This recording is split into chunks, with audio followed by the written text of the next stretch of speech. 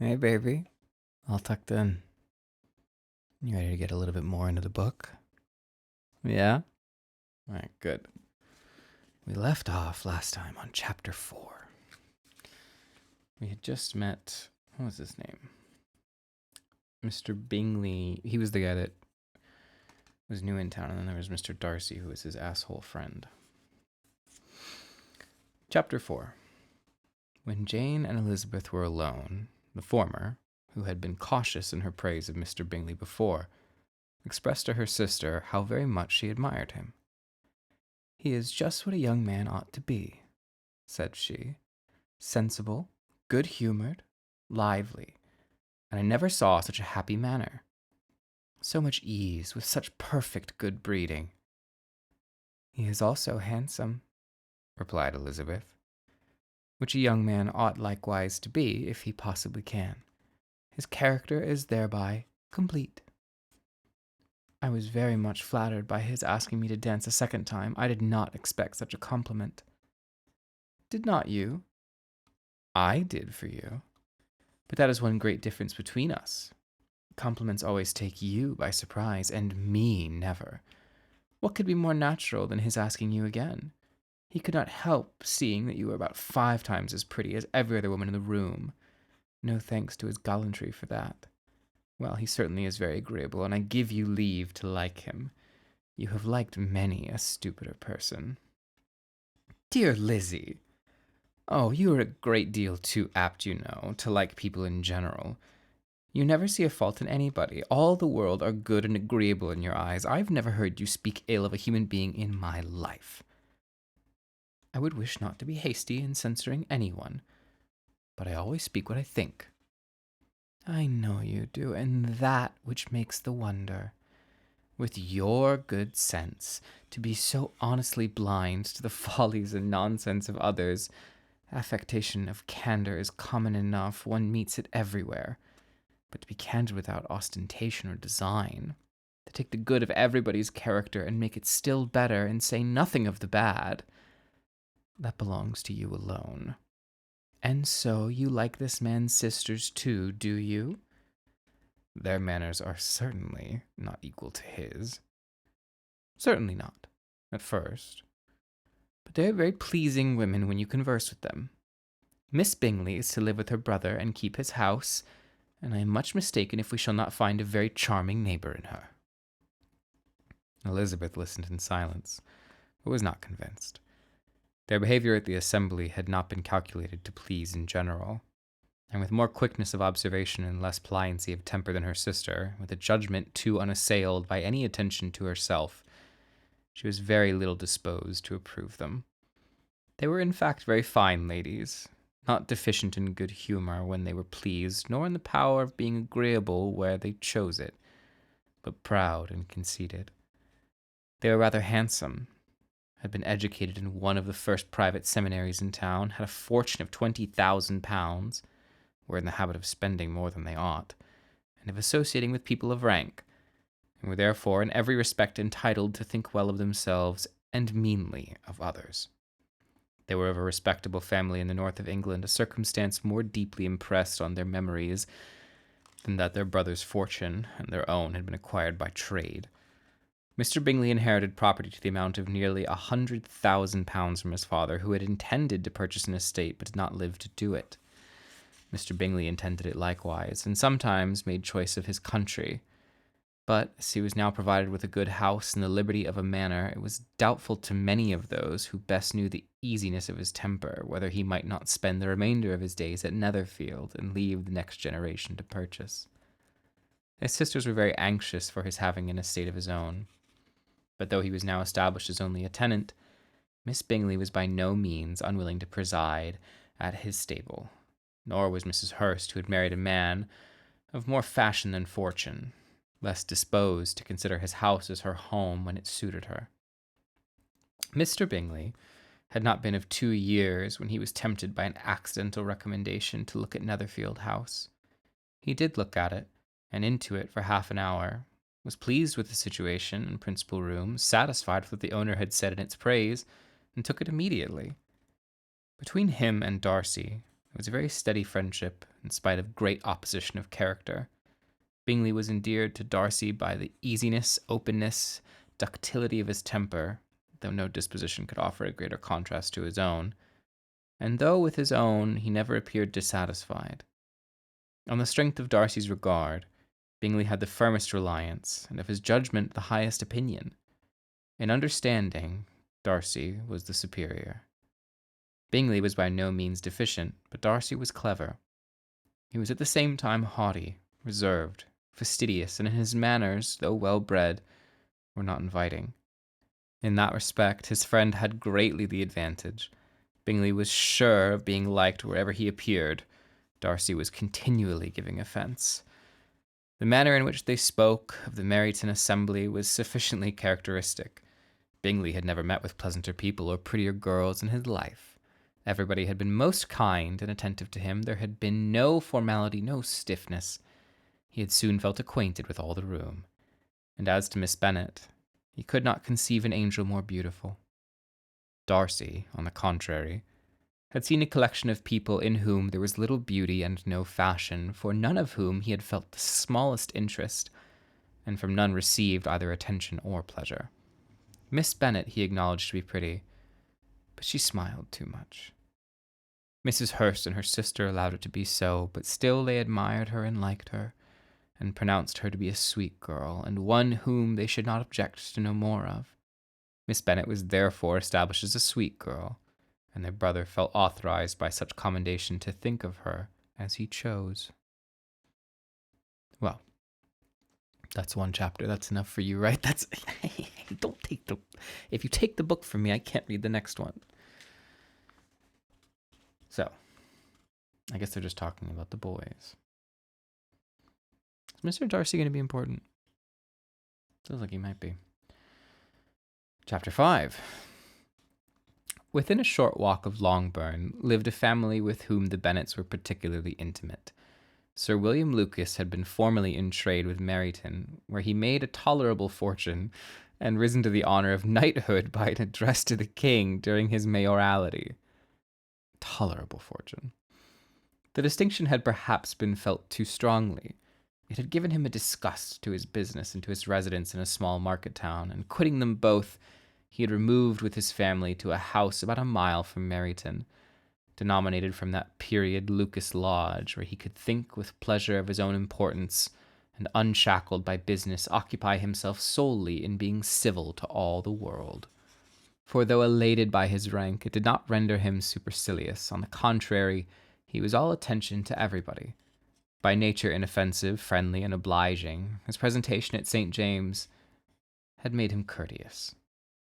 Lady Lucas was a very kind woman, not too clever to be a valuable neighbor to Mrs. Bennet. They had several children.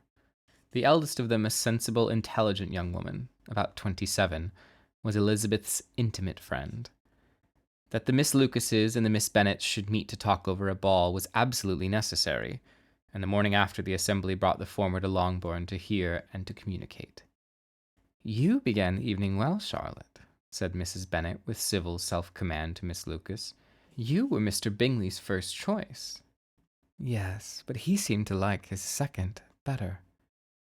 "Oh, you mean Jane? I suppose, because he danced with her twice. To be sure, that did seem as if he admired her. Indeed, I rather believe he did. I heard something about it, but I hardly know what. Something about Mr. Robinson." "Perhaps you mean what I overheard between him and Mr. Robinson. Did not I mention it to you? Mr. Robinson's asking him how he liked our Meryton assemblies, and whether he did not think there were a many great pretty women in the room, and which he thought the prettiest. And his answering immediately to the last question, 'Oh, the eldest Mrs. Bennet, beyond a doubt.' There cannot be two opinions on that point." "Upon my word. Well, that was very decided indeed. That does seem as if... But, however, it may all come to nothing, you know." "My overhearings were more to the purpose than yours, Eliza," said Charlotte. "Mr. Darcy is not so well worth listening to as his friend, is he?" Poor Eliza, to be only just tolerable. I beg you would not put it into Lizzie's head to be vexed by his ill treatment, for he is such a disagreeable man that it would be quite a misfortune to be liked by him. Mrs. Long told me last night that he sat close to her for half an hour without once opening his lips. Are you quite sure, ma'am? Is not there a little mistake? Said Jane. I certainly saw Mr. Darcy speaking to her. Aye, because she asked him at last how he liked Netherfield, and he could not help answering her, but she said he seemed very angry at being spoke to. Miss Bingley told me, said Jane, that he never speaks much unless among his intimate acquaintances. With them he is remarkably agreeable. I do not believe a word of it, my dear. If he had been so very agreeable, he would have talked to Mrs. Long. But I can guess how it was. Everybody says that he is ate up with pride, and I dare say he had heard somewhere that Miss Long does not keep a carriage, and had come to the ball in hack-chaise.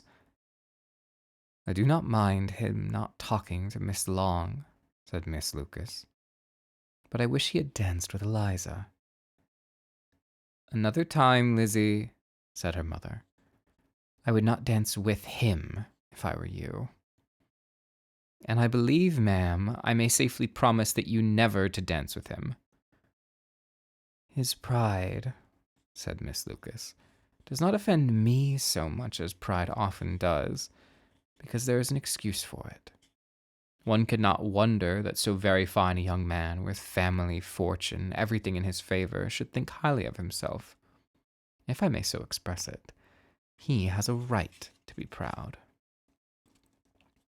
That is very true, replied Elizabeth, and I could easily forgive his pride if he had not been mortified mine. Pride, observed Mary, who piqued herself upon the solidity of her reflections, is a very common failing, I believe. By all that I have ever read, I am convinced that it is very common indeed, that human nature is particularly prone to it, and that there are very few of us who do not cherish a feeling of self-complacency on the score of some quality or other, real or imaginary. Vanity and pride are different things, though. The words are often used synonymously. A person may be proud without being vain.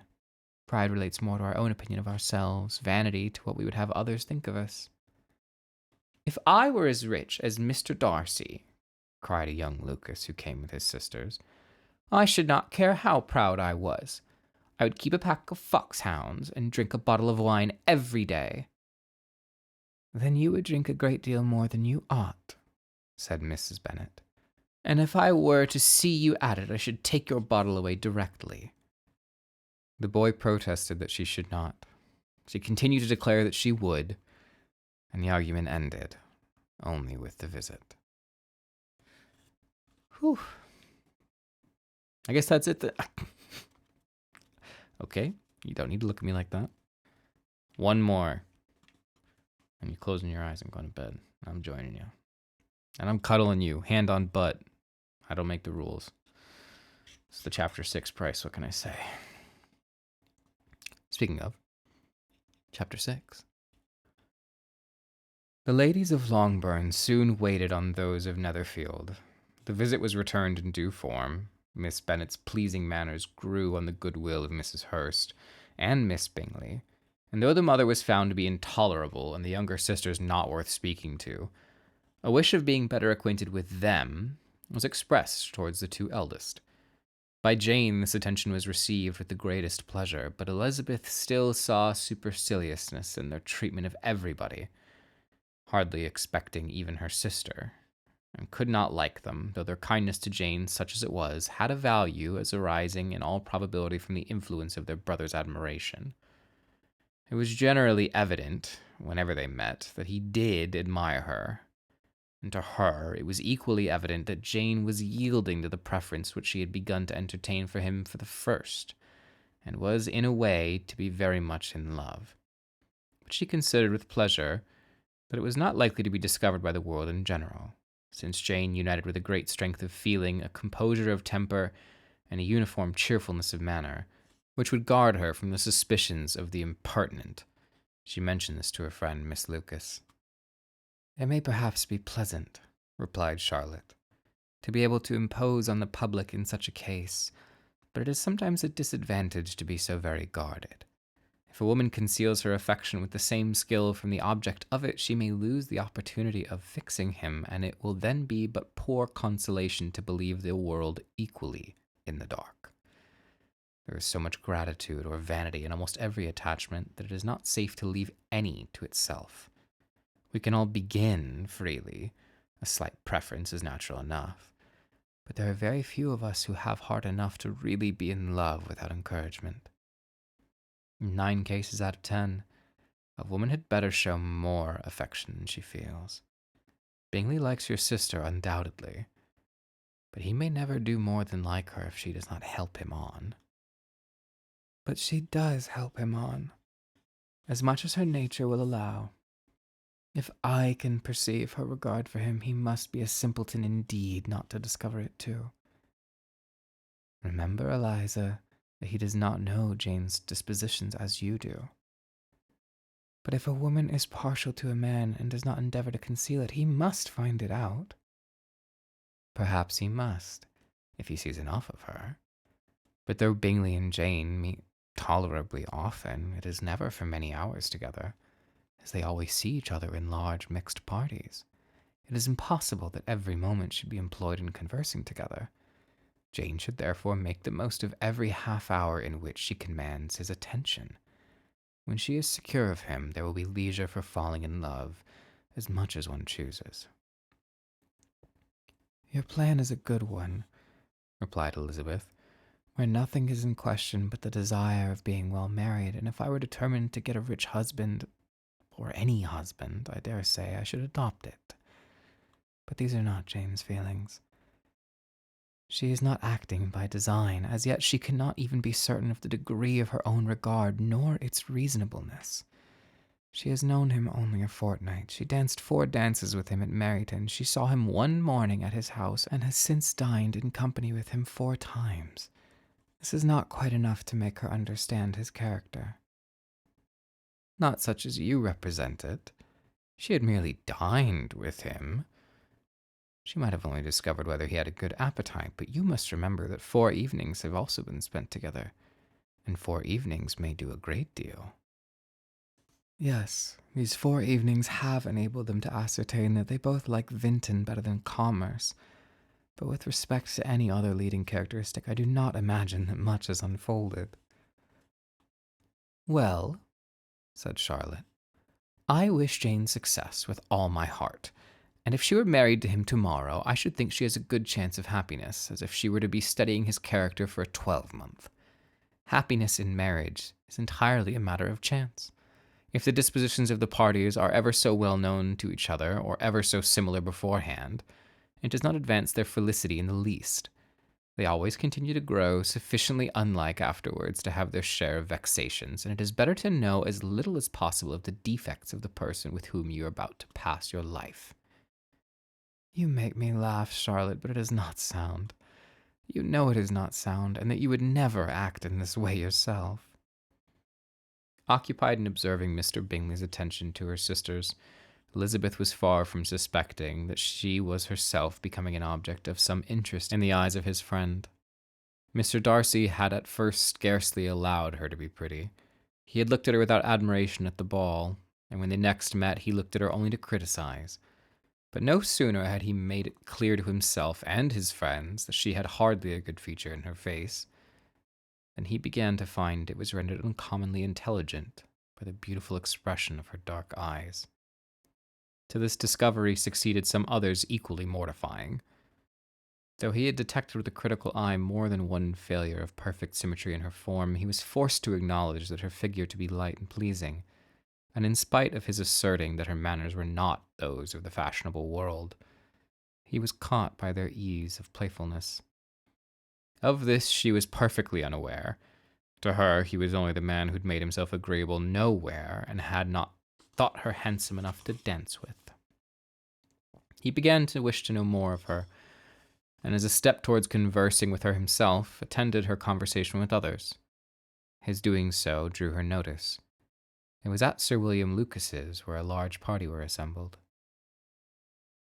"What does Mr. Darcy mean," said she to Charlotte, "by listening to my conversation with Colonel Forster?" "That is a question which Mr. Darcy only can answer. But if he does it any more, I shall certainly let him know that I see what he is about. He has a very satirical eye, and if I do not begin by being impertinent myself, I shall soon grow afraid of him." On his approaching them soon after, though without seeming to have any intention of speaking, Miss Lucas defied her friend to mention such a subject to him, which immediately provoking Elizabeth to do it, she had turned to him and said, "Did you not think, Mr. Darcy, that I expressed myself uncommonly well just now, when I was teasing Colonel Forster to give us a ball at Meryton?" "With great energy. But it is a subject which always makes a lady energetic." "You are severe on us."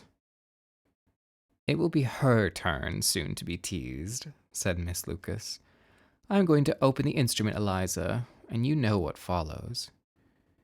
You are a very strange creature by way of a friend, always wanting me to play and sing before anybody and everybody. If my vanity had taken a musical turn, you would have been invaluable, but as it is, I would really rather not sit down before those who must be in the habit of hearing the very best performers."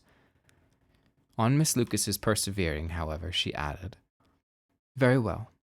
If it must be so, it must," and gravely glanced at Mr. Darcy. "There is a fine old saying, which everybody here is of course familiar with, 'Keep your breath to cool your porridge,' and I shall keep mine to swell my song." Her performance was pleasing, though by no means capital.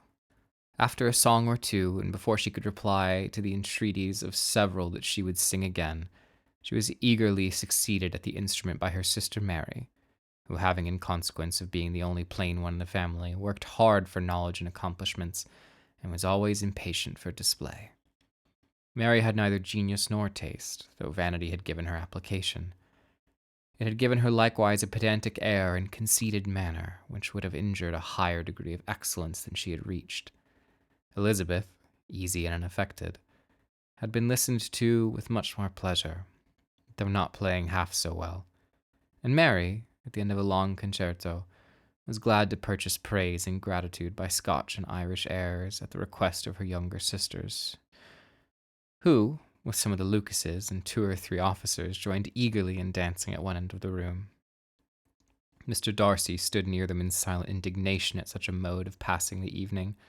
To the exclusion of all conversation, he was much too engrossed by his own thought to perceive that Sir William Lucas was his neighbour, till Sir William thus began. "What a charming amusement for young people this is, Mr. Darcy. There is nothing like dancing, after all. I consider it as one of the first refinements of polished societies." "Certainly, sir. And it has the advantage of also being in vogue amongst the less polished societies of the world. Every savage can dance." Sir William only smiled. "Your friend performs brightfully," he continued after a pause, on seeing Bingley join the group. "And I doubt not that you are adept in the sciences yourself, Mr. Darcy." "You saw me dance at Meryton, I believe, sir." "Yes, indeed, and received no inconsiderable pleasure from the sight. Do you often dance at St. James's?" "Never, sir." "Do you not think it would be a proper compliment to the place?" "It is a compliment which I never pay to any place, if I can avoid it." "You have a house in town, I conclude." Mr. Darcy bowed. "I had once some thoughts of fixing in town myself, for I am fond of superior society, but I did not feel quite certain that the air of London would agree with Lady Lucas." He paused in hopes of an answer, but his companion was not disposed to make any, and Elizabeth at that instant moving towards them, he was struck with the notion of doing a very gallant thing, and called out to her, "My dear Miss Eliza, why are you not dancing? Mr. Darcy, you must allow me to present this young lady to you as a very desirable partner. You cannot refuse to dance, I am sure, when so much beauty is before you." And taking her hand, he would have given it to Mr. Darcy, who, though extremely surprised, was not unwilling to receive it, when she instantly drew back, and said with some discomposure to Sir William, Indeed, sir, I have not the least intention of dancing. I entreat you not to suppose that I moved in this way in order to beg for a partner. Mr. Darcy, with grave propriety, requested to be allowed the honor of her hand, but in vain. Elizabeth was determined. Nor did Sir William at all shake her purpose by this attempt at persuasion. You excel so much in the dance, Miss Eliza, that it is cruel to deny me the happiness of seeing you, and though this gentleman dislikes the amusement in general, he can have no objection, I am sure, to oblige us for 1/2 hour. Mr. Darcy is all politeness, said Elizabeth, smiling. He is indeed. But considering the inducement, my dear Miss Eliza, we cannot wonder at his complaisance, for who would object to such a partner? Elizabeth looked archly and turned away. Her resistance had not injured her with the gentleman, and he was thinking of her with some complacency when thus accosted by Miss Bingley. I can guess the subject of your reverie. I should imagine it not. You are considering how insupportable it would be to pass many evenings in this manner, in such society, and indeed I am quite of your opinion. I was never more annoyed. The insipidity and the noise, the nothingness and yet self-importance of all these people. What I would give to hear your strictures on them. Your conjecture is totally wrong, I assure you. My mind was more agreeably engaged. I have been meditating on the very great pleasure with a pair of fine eyes in the face of a pretty woman can bestow. Miss Bingley immediately fixed her eyes on his face and desired he would tell her what lady had the credit of inspiring such reflection. Mr. Darcy replied with great intrepidity, Miss Elizabeth Bennet. Miss Elizabeth Bennet, repeated Miss Bingley. I am all astonishment. How long has she been your favourite, and pray, when am I to wish you joy? That is exactly the question which I expected you to ask. A lady's imagination is very rapid. It jumps from admiration to love, from love to matrimony in a moment. I knew you'd be wishing me joy. Nay, if you are so serious about it, I shall consider the matter as absolutely settled. You will have a charming mother-in-law indeed, and of course she will always be at Pemberley with you. He listened to her with perfect indifference while she chose to entertain herself in this manner. As his composure convinced her that all was safe, her wit flowed long. And that's 3 chapters. Yes, that's it. No, no more. We can do more another night.